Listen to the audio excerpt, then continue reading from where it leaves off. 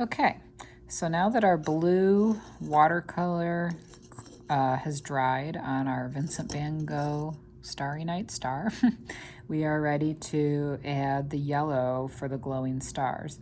And to get the yellow to stand out on top of the watercolor, we're going to use tempera paint.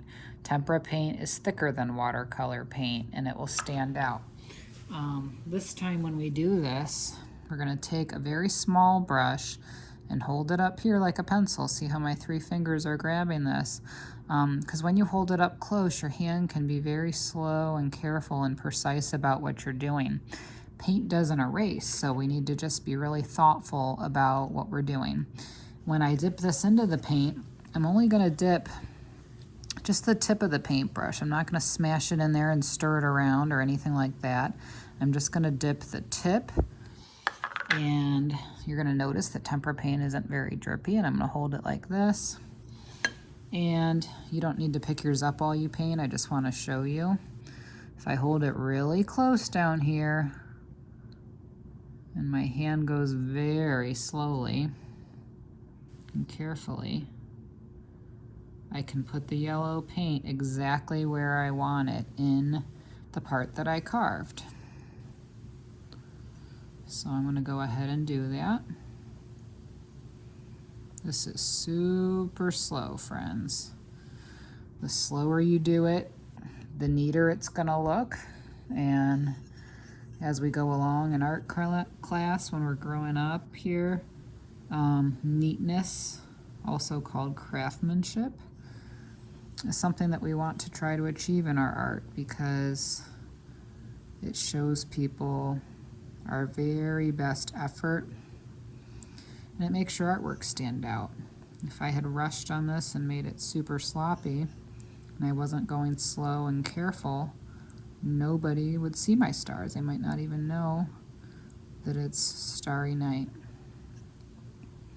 So the secret is to just go gentle. I'm not even pushing my paintbrush down on the clay. I'm just lightly dragging it.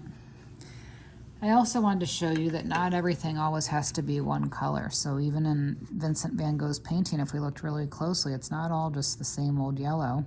And if you mix white into a color, you can make a color lighter. That's called a tint. And so I might want to do that just to make my star have more variety. Variety means that not everything's the same. So I mixed a yellow that's lighter. I'm going to take just my tip and holding this like a paintbrush, really slowly and carefully tracing my carving. And now I have some light yellow and some dark yellow.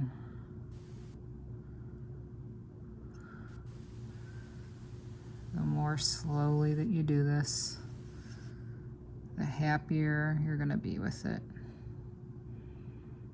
Don't push on the star when you're painting. Don't push down.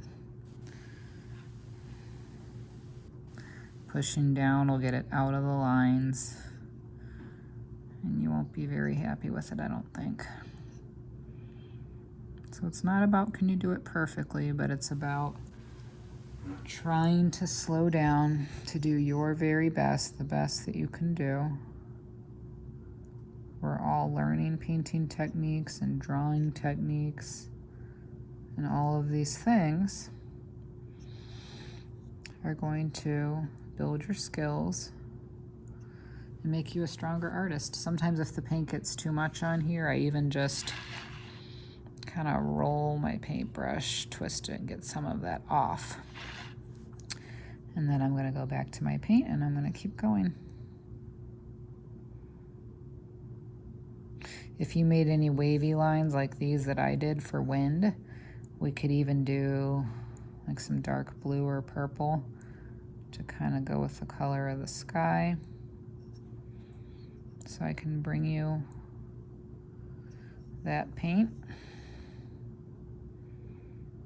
But first just take the stars, and if you're taking your time, it's probably going to take you most of the art class to be very careful about doing this. And when you're trying to reach something, you can always turn this in your hand and hold it from a different point. Sometimes that's easier than reaching over something and trying to get to something that's harder to reach. I just turn my star around so that I can reach it. And eventually, when we're all done, I'm going to hang your star with a pipe cleaner. And you can go home and hang this in your bedroom wall and have some starry night sweet dreams.